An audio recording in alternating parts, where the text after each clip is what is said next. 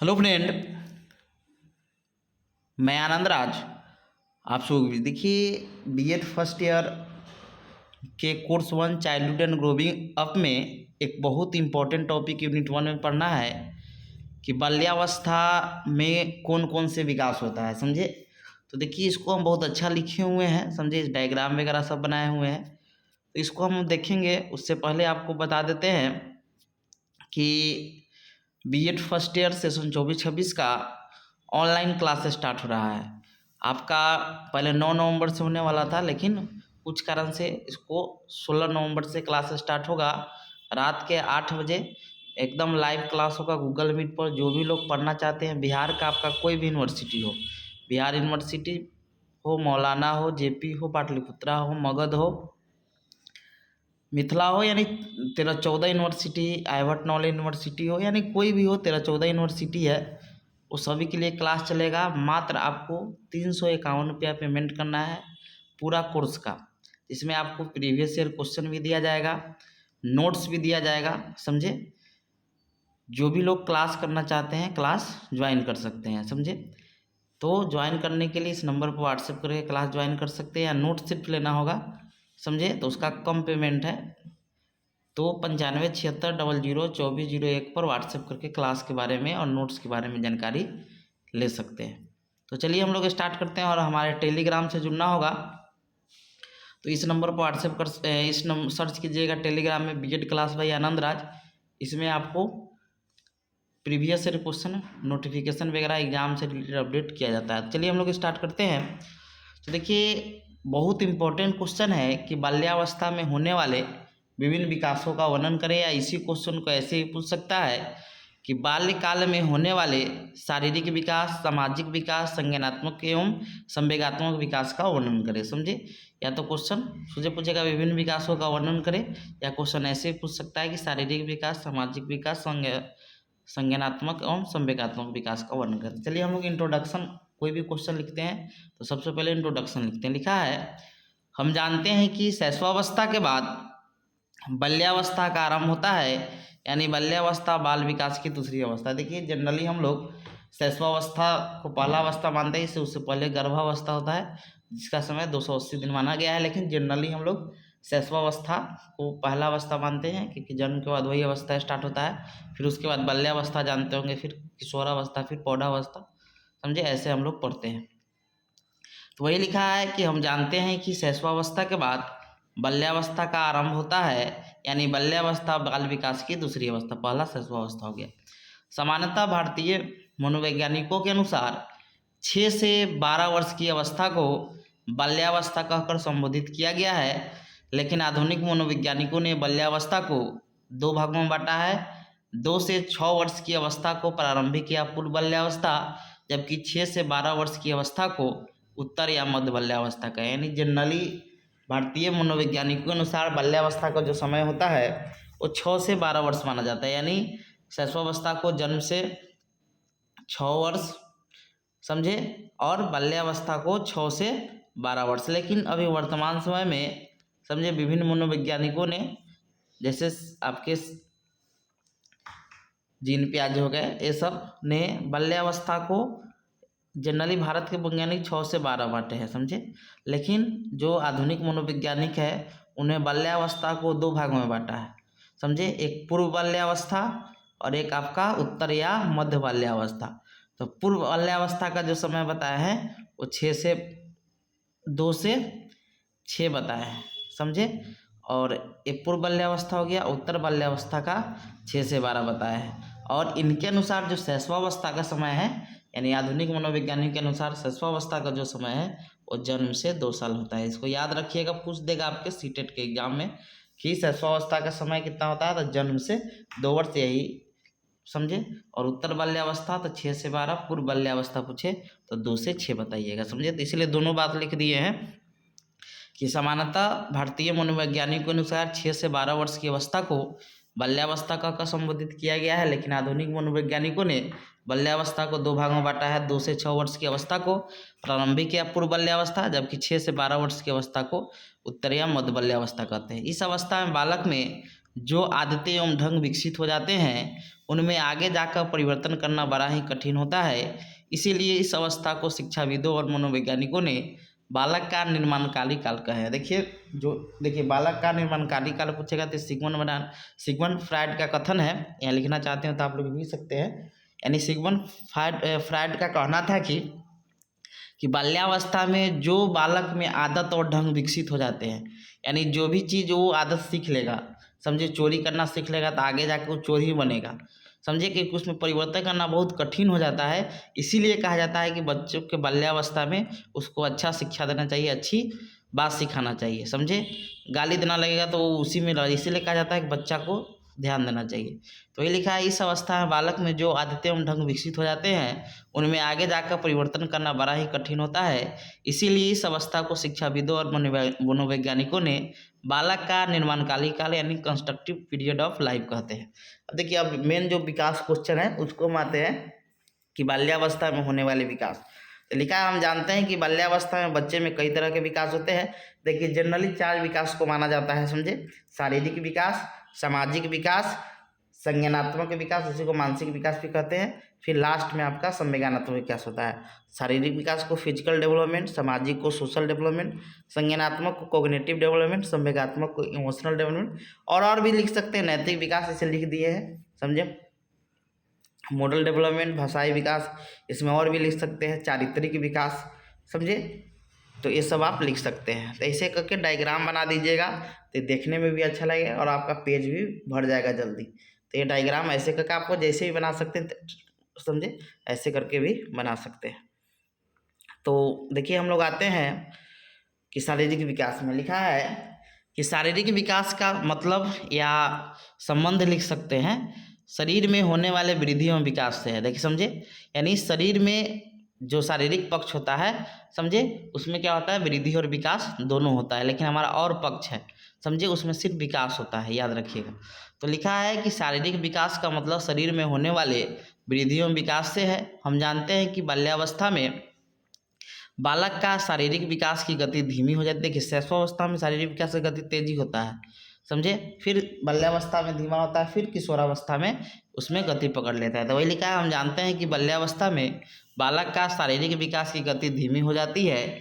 इस अवस्था के प्रारंभ में यानी शुरुआत में बालिकाओं का भार बालक से कम होता है, लेकिन इस अवस्था के अंत में बालिकाओं के भार में तेजी से वृद्धि होता है। यानी जब बाल्यावस्था का अंत होता है, यानी 12 वर्ष की अवस्था आते आते बालिकाओं के शरीर में तेजी से ग्रोथ होता है, समझे। आप देखिएगा 10 साल की लड़की को तो छोटी लगी, लेकिन वही 2-3 साल बाद देखिए तो उसके शारीरिक विकास बहुत तेज़ी से होता है, समझे।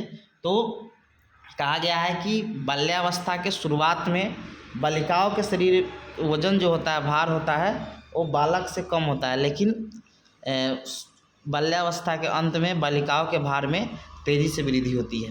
इस अवस्था में हड्डियों की संख्या 270 होती है और हड्डियों में अस्थिरीकरण निडरता में वृद्धि। देखिए अस्थिरीकरण क्या होता है पहले बताएंगे। देखिए 270 पहले जन्म के समय मानव जो बच्चा होता है उसमें 300 हड्डियाँ होता है। यहाँ लिखा है शैशवावस्था में पूछेगा हड्डियों की संख्या 300 होता है। जब बाल्यावस्था में होता है, देखिए हड्डी जो बचपन में होता है शैशवावस्था में वो कोमल और कमज़ोर होता है, समझे। तो उसमें अस्थिरीकरण यानी जुड़ने की प्रक्रिया होता है, तो जुड़ते जुड़ते वो कठोर होने लगता है। दृढ़ता मतलब मजबूती होने लगता है, जिससे हड्डियों की संख्या में कमी आने लगती है। तो बाल्यावस्था में 270 होता है और किशोरावस्था में जुड़ कर सब मजबूत हो जाता है। यानी लास्ट में पूछेगा कि बैक शरीर में हड्डियों की संख्या तो बताते हैं ना 206, तो किशोरावस्था में 206 हड्डी हो जाती है। तो वही लिखा है इस अवस्था में हड्डियों की संख्या 270 होती है और हड्डियों में अस्थिरीकरण यानी दृढ़ता में वृद्धि होती है। फिर लिखा है कि 6 वर्ष की आयु में दूध के दांत, देखिए दूध के दांत इसे जनरली पूछा जाएगा कितना संख्या होता है, तो आप साइंस में पढ़े होंगे तो 20 होता है, समझे, गिरने लगते हैं। और अस्थायी दांत की संख्या पूछेगा तो 12 बताइएगा। तो अस्थायी दांत निकलना प्रारंभ हो जाते हैं। बालकों के अपेक्षा बालिकाओं में अस्थायी दांत जल्दी निकलते हैं, यानी जल्दी लड़की में अस्थायी दांत जो होता है, जो परमानेंट टीथ होता है, वो जल्दी निकल जाता है। आगे लिखा है कि बाल्यावस्था में बालकों के कंधे चौड़े कुल्हे पतले होते हैं, जबकि बालिकाओं के कंधे पतले कुल्हे चौड़े। मतलब कंधा लड़कियों का क्या होता है पतला होता है, लेकिन कुल्हा क्या होता है चौड़े होते हैं। लेकिन बालक में क्या होता है कि कंधा चौड़ा होता है, कुल्हा पतला होता है। और बालक इस अवस्था में अपना शारीरिक गति पर नियंत्रण करना सीख लेता है। अब आते हैं हम लोग सामाजिक विकास में। तो लिखा है हम जानते हैं कि मनुष्य एक सामाजिक प्राणी है और कोई ना कोई समाज में अवश्य जन्म ले। देखिए अरस्तु का स्टेटमेंट पढ़े होंगे कि पूछेगा किसने कहा था कि मनुष्य एक सामाजिक प्राणी है, तो बोलिएगा अरस्तु ने कहा था। समझे, तो अरस्तु ने कहा था कि हम जानते हैं कि मनुष्य क्या है, सामाजिक प्राणी है और कोई ना कोई समाज में अवश्य जन्म लिया होगा। अब लिखा है कि सामाजिक परिस्थितियों के अनुकूल समाज के नियम मान्यताओं को बालक द्वारा समायोजन और उसको व्यवहार में लाने की योग्यता सामाजिक विकास। यानी कहने का मतलब क्या हुआ कि सामाजिक परिस्थितियों के अनुकूल, यानी समाज में जो परिस्थिति है उसके अनुकूल जब बालक उसके नियम मान्यताओं को क्या करता है कि सीख जाता है, समायोजन कर लेता है और अपने व्यवहार में उसको लाने की जो योग्यता है वही हमारा क्या होता है, सामाजिक विकास होता है। तो वही लिखा है सामाजिक परिस्थितियों के अनुकूल समाज के नियम मान्यताओं को बालक द्वारा समायोजन और उसके व्यवहार में लाने की योग्यता सामाजिक विकास है। इस अवस्था में बालक में ओडिपस ग्रंथि तथा बालिकाओं में इलेक्ट्रा ग्रंथि विकसित। एक क्वेश्चन भी पूछा जाता है कि किस अवस्था में ओडिपस और इलेक्ट्रा ग्रंथि विकसित होता है, तो बोलिएगा बाल्यावस्था में। समझे, अब देखिए ओडिपस और इलेक्ट्रा ग्रंथि क्या होता है तो इसको समझिएगा। देखिए सिगमंड फ्रायड ये चीज़ बताए हुए हैं, मनोलैंगिक सिद्धांत दिए थे उसी में बताए थे 5 तरह का।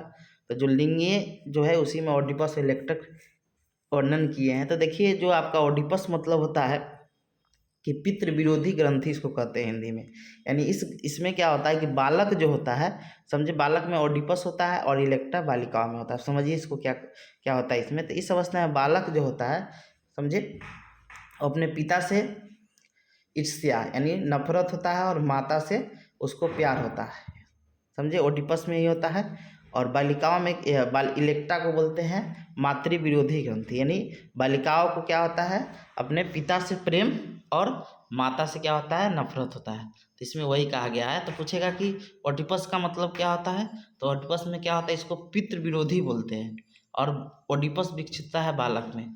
तो बालक जो होता है वो अपने पिता से नफरत की भावना होता है और उसकी माँ से प्रेम की भावना होता है। जबकि इलेक्ट्रा में बालिकाओं में विकसित होता है और इसमें क्या होता है कि अपनी मम्मी से, इसको इलेक्ट्रा को मातृ विरोधी बोलते हैं, मम्मी से नफरत और पिता से प्रेम की भावना विकसित होती है। इस अवस्था में बालक में सामाजिक स्वतंत्रता और प्रशंसा पाने की प्रवृत्ति का विकास होता है। आगे लिखा है सहयोग, सहानुभूति, समलैंगिक मित्रता। यानी बाल्यावस्था में बालक जो होता है लड़का लड़का से दोस्ती करना चाहता है, लड़की लड़की से दोस्ती करना चाहती है। समझे, और वही किशोरावस्था में जाएगा तब विषमलिंगीय मित्रता सुनते होंगे। नहीं, लड़का लड़की से दोस्ती करना चाहता है, लड़की लड़का से दोस्ती करना चाहता है, तो उसको विषमलिंगीय मित्रता बोलते हैं। और समलैंगिक आपका बाल्यावस्था में होता है। तो वही लिखा है सहयोग, सहानुभूति, समलैंगिक मित्रता, सहिष्णुता, उत्तरदायित्व, नेतृत्व, सामाजिक सामूहिक खेल होगा। तो यहाँ सेल लिखा गया है, इसको खेल कर लीजिएगा।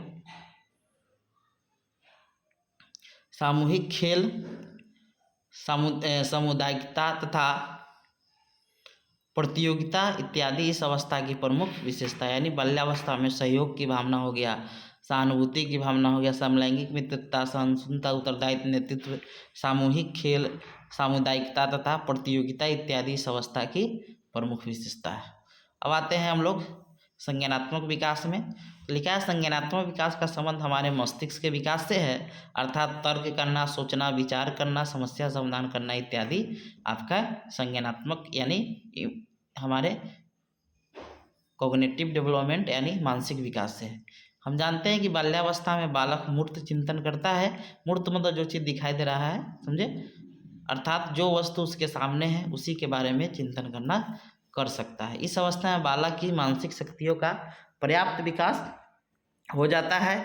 यह अवस्था में विभिन्न परिस्थितियों की वास्तविकता जानने का प्रयत्न करता है तथा देखी हुई घटना या वस्तु के बारे में 75% तक बात बता सकता है। कहने का मतलब क्या हुआ कि इसमें बच्चा मूर्त चिंतन करता है, यानी जो उसके सामने जो वस्तु होती है उसी के बारे में बता सकता है। तो वही लिखा है कि इस अवस्था में बालक की मानसिक शक्तियों का पर्याप्त विकास हो जाता है। यह अवस्था में विभिन्न परिस्थितियों की वास्तविकता जानने का प्रयत्न करता है तथा देखी हुई घटना या वस्तु के बारे में 75% तक बता सकता है कि क्यों मूर्त चिंतन करता है। अब आते हैं हम लोग संवेगात्मक विकास में। तो क्या है, संवेगात्मक विकास का संबंध हमारे जीवन के भावात्मक पहलू से है। संवेगों के उत्पन्न होने पर व्यक्ति की शारीरिक और मानसिक स्थिति में परिवर्तन आ सकता है। देखिए संवेग मानव को गुस्सा आ गया, प्रेम हो रहा है, ईर्ष्या है, जलन, ये सब हमारा क्या है, उत्तेजना है, ये सब हमारा संवेग है। तो संवेग जैसे आपको गुस्सा आएगा, आपका शारीरिक और मानसिक पक्ष क्या होता है, गतिशील हो जाता है। समझे। संवेग अंग्रेजी भाषा की इमोशन शब्द का हिंदी रूपांतरण है। इस इमोशन शब्द की उत्पत्ति लैटिन भाषा के इमोवर शब्द से हुआ है, जिसका अर्थ उत्तेजित करना होता है। बाल्यावस्था में संवेगों के व्यक्ति में निरंतर परिवर्तन होने लगता है कि कभी प्रेम का भावना आता है, कभी गुस्सा आता है। इस अवस्था में बालक का व्यक्तित्व बहिर्मुखी होता है। बाल्यावस्था में स्पष्ट रूप से दिखाई देने वाला मुख्य संवेग भय, स्नेह, हर्ष, प्रफुल्लता, कुंठा, चिंता, निराशा होगा। 100 बना लीजिएगा, निराशा इत्यादि है। अब निष्कर्ष आते हैं। निष्कर्ष हर क्वेश्चन में और इंट्रोडक्शन हर क्वेश्चन में, शुरुआत में इंट्रोडक्शन, लास्ट में आपको निष्कर्ष लिखना है। तो उपयुक्त विवरण से स्पष्ट होता है कि बाल्यावस्था मानव जीवन की सबसे महत्वपूर्ण अवस्था माना जाता है, क्योंकि यह मानव जीवन का स्वर्णिम समय यानी गोल्डन एज है, जिसमें बालक का सर्वांगीण विकास होता है। समझे। और नोट्स और क्लास के बारे में जानकारी चाहिए, समझे, तो इस नंबर पर व्हाट्सएप करके 9576002401 पर क्लास और नोट्स के बारे में जानकारी ले सकते हैं। समझे। Thank you.